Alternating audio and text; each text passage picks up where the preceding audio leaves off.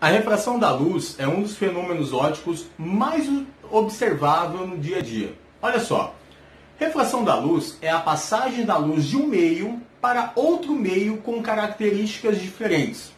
O meio em que nós vivemos, esse meio aqui, é um meio gasoso. Por quê? Porque nós andamos entre moléculas de ar.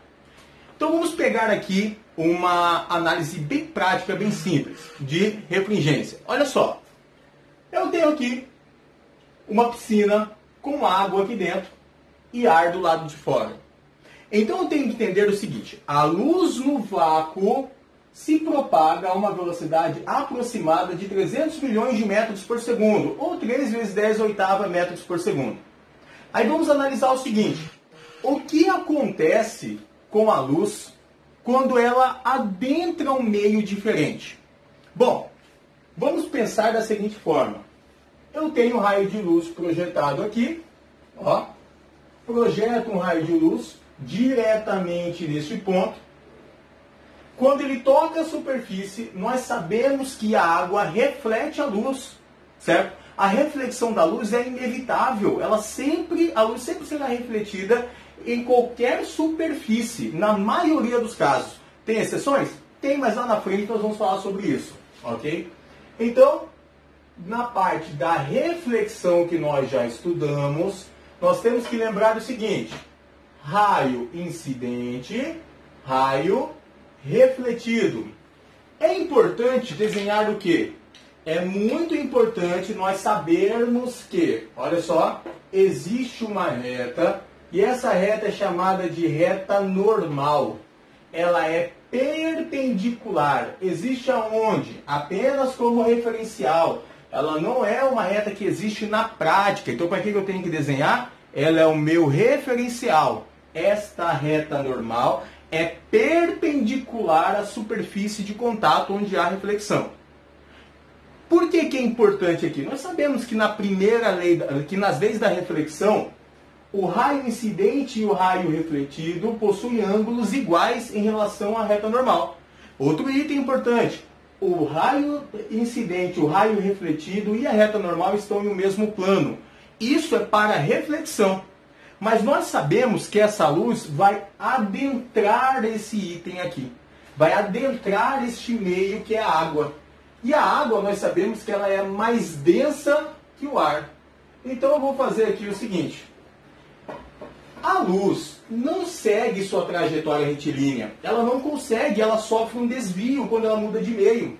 Então ela vai fazer o quê? Ó, vai se aproximar dessa reta normal. Lá na frente eu vou explicar quando aproxima, quando afasta e assim por diante. Então é justamente esse desvio que sofre em relação à troca de meio que nós vamos estudar. Então a passagem da luz de um meio transparente para outro meio transparente com características diferentes é o que nós vamos estudar agora. Então olha só, que característica é essa? Numericamente, matematicamente, nós chamamos de refringência. Refringência é a dificuldade que o meio oferece à passagem de luz. Isso é refringência. Dificuldade que o meio oferece à passagem de luz. A luz passa pelo meio aquoso, água, com dificuldade maior do que passa pelo ar. Então nós sabemos o seguinte: nós vamos adotar que a velocidade no ar na Terra aqui é igual à do vácuo, tá? É apenas uma convenção, tá? É muito próxima, não tem muita alteração.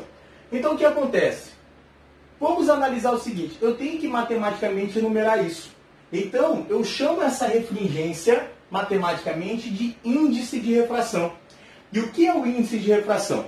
O índice de refração é a razão entre a velocidade da luz no vácuo e a velocidade da luz no meio. Olha só, velocidade da luz naquele meio. Então vamos lá. De cara eu já posso olhar o seguinte: a luz passa com maior dificuldade aqui.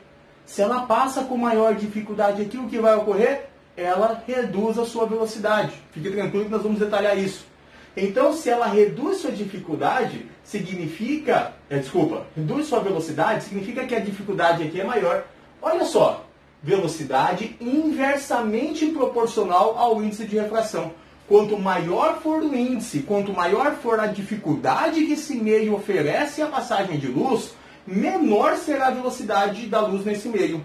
Então fica evidente para nós que o índice de refração no ar, ele é maior ou menor? Menor, gente, que o índice de refração na água.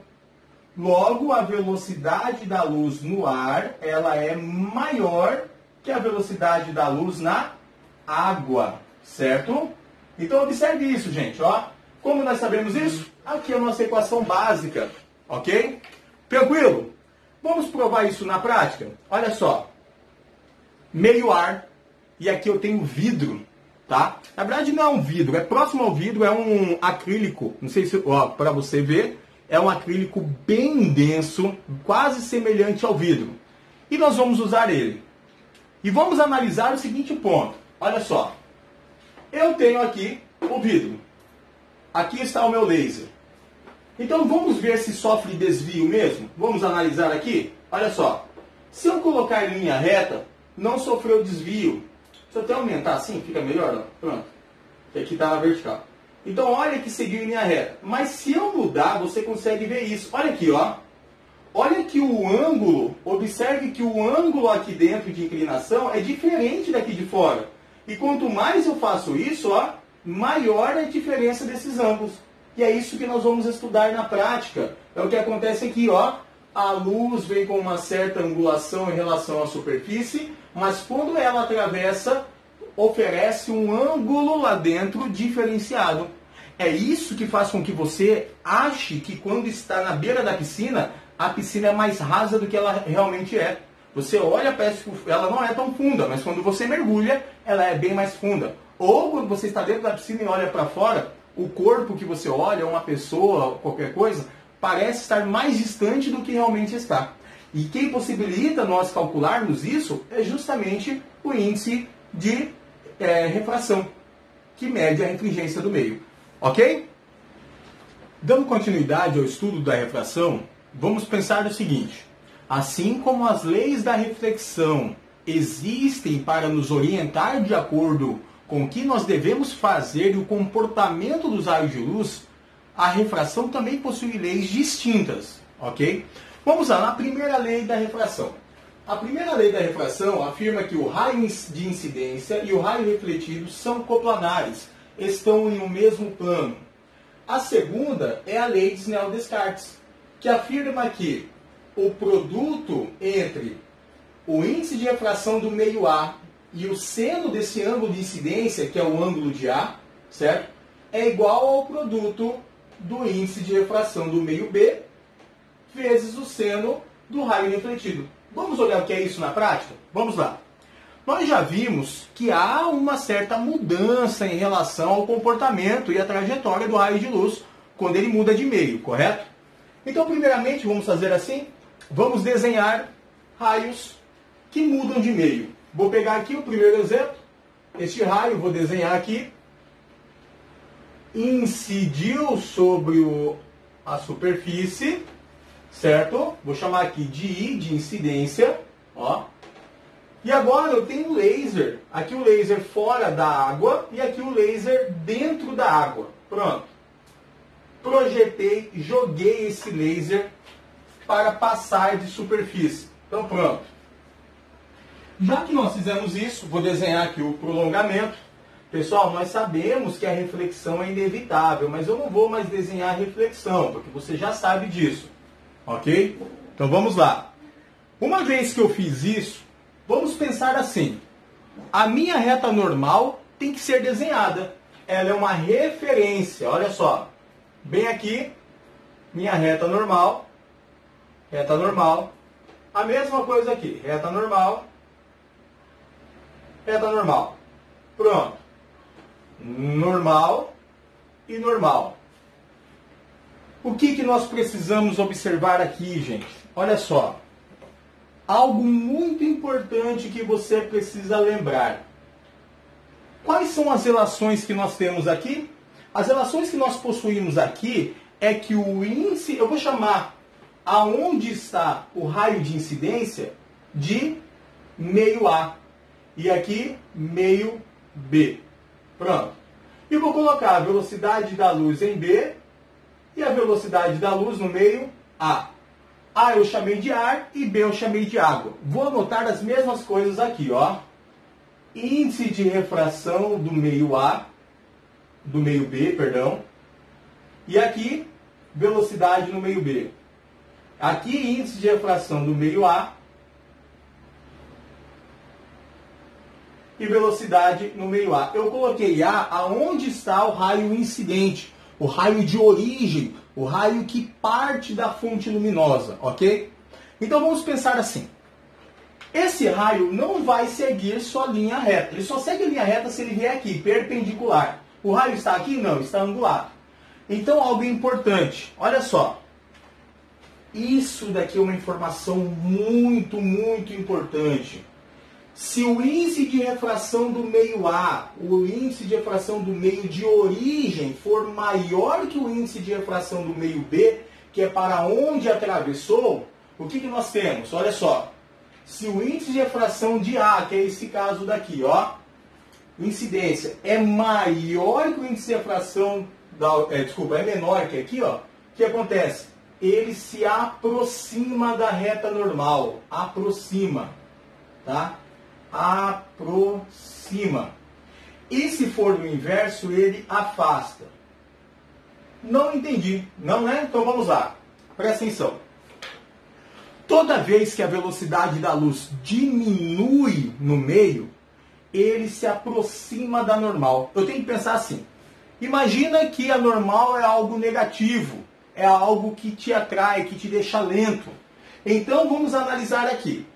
Se o raio de luz parte do meio de menor refringência para o de maior... Gente, como que eu sei que é maior ou menor, gente? Vamos lá. O índice de refração do ar, ele é menor que o índice de refração da água. Como que você sabe disso, gente? Ó, o que é índice de refração? Mede a refringência. O que é refringência? A dificuldade que o meio oferece à passagem da luz. É mais fácil ele passar no ar ou passar na água? Na água é mais difícil, no ar é mais fácil, né? Então, a dificuldade é maior na água, a dificuldade é menor no ar. Então, toda vez que ele passa da onde é mais fácil andar, se mover, tá? Essa luz ser propagada, e passa para o meio mais difícil, onde a dificuldade é maior, certo? Onde a dificuldade é maior, ou seja, o índice de origem é menor que o índice para onde ele vai, ele se aproxima da normal. Ok? Vou repetir. Isso daqui é o meu raio refratado. Pronto. Toda vez que ele passa de um meio menos denso para o mais denso, a sua velocidade diminui. A velocidade é maior no meio de origem, porque é menos denso que o meio para onde ele vai. Repetindo. Ar menos denso que a água. Se o ar é menos denso que a água, a luz se movimenta, se propaga com mais facilidade no ar. Então a velocidade no ar tem que ser maior que a velocidade na água. Por quê? Porque a dificuldade que ele possui para andar no ar, para se propagar no ar, é menor do que na água. A dificuldade na água é maior. Aonde você aprendeu isso? Quando aprendeu a calcular o índice de refração, que é a razão da constante da velocidade da luz no vácuo, dividido pela velocidade da luz no meio, certo? Agora, olha o que acontece aqui. Eu tenho o inverso nesse ponto. Aqui, eu sei que a dificuldade para andar na água é maior, para se propagar na água é maior, e a dificuldade de propagação da luz no ar, ela é menor. São inversos, ó, inversamente proporcionais. O que acontece então?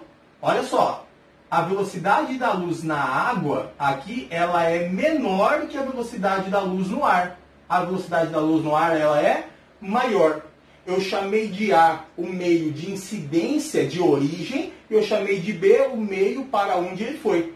Então o que acontece? Quando ele passa de um meio que é mais difícil se propagar para um meio que é mais fácil se propagar, ele se afasta da normal. Olha só, é o oposto. Está aqui. Raio refratado. Então, quando ele passa do meio menos denso para o mais denso, sua velocidade diminui e ele se aproxima da normal. Quando ele passa do meio mais denso para o menos denso, sua velocidade aumenta e o que acontece? Se afasta da normal. E aí eu tenho um ângulo importante, que é o ângulo de refração. Ângulo de refração, ó, RR, acento circunflexo, que é ângulo. Ângulo de refração, RR, acento circunflexo. Ângulo de incidência, ângulo de incidência. Então, observe um detalhe, gente. Para que eu possa calcular isso, eu tenho que calcular pelo seno. É isso que afirma a segunda lei de Snell-Descartes, que eu afirmei anteriormente. O índice de refração do meio de origem, que é o meio de incidência, vezes o seno do ângulo de incidência, tem que ser igual ao índice de refração do meio para onde a luz vai, que eu chamei de B, vezes o ângulo, o seno do ângulo de refração, que é para onde foi refratado. Mas eu tenho outra forma de escrever isso, tá? Pensa comigo. Eu vou substituir isso daqui por aquela equação. Então, no lugar de n vai ficar C dividido por velocidade no meio A. Aí eu vou copiar isso aqui. Seno do ângulo de incidência igual C, constante da velocidade da luz no vácuo, dividido pela velocidade da luz no meio B, vezes o seno do ângulo de refração. Pronto. Nós sabemos que essas duas aqui são iguais, né? Então vai ficar como? Ó, eu tenho outra equação. Seno do ângulo de incidência, o produto entre o seno do ângulo de incidência, certo? Dividido pela velocidade da luz nesse meio de incidência, que eu chamei de A, é igual ao produto do seno do ângulo de refração, dividido por quem? Pela velocidade, e não é produto, né? Perdão, gente. Dividido pela velocidade da luz para o meio onde ele foi. Então eu tenho essas duas equações. A lei de Snell original é essa daqui. Mas eu posso usar pela velocidade? Posso. É só lembrar do seguinte. Como índice e velocidade são inversamente proporcionais, se aqui eu multiplico na lei original pelo índice de refração, eu tenho que dividir pela velocidade da luz no meio. Tranquilo? Então vamos fazer exercícios, praticar para tirar todas as dúvidas e não ocorrer nenhum erro na hora de nos aperfeiçoarmos para o Enem.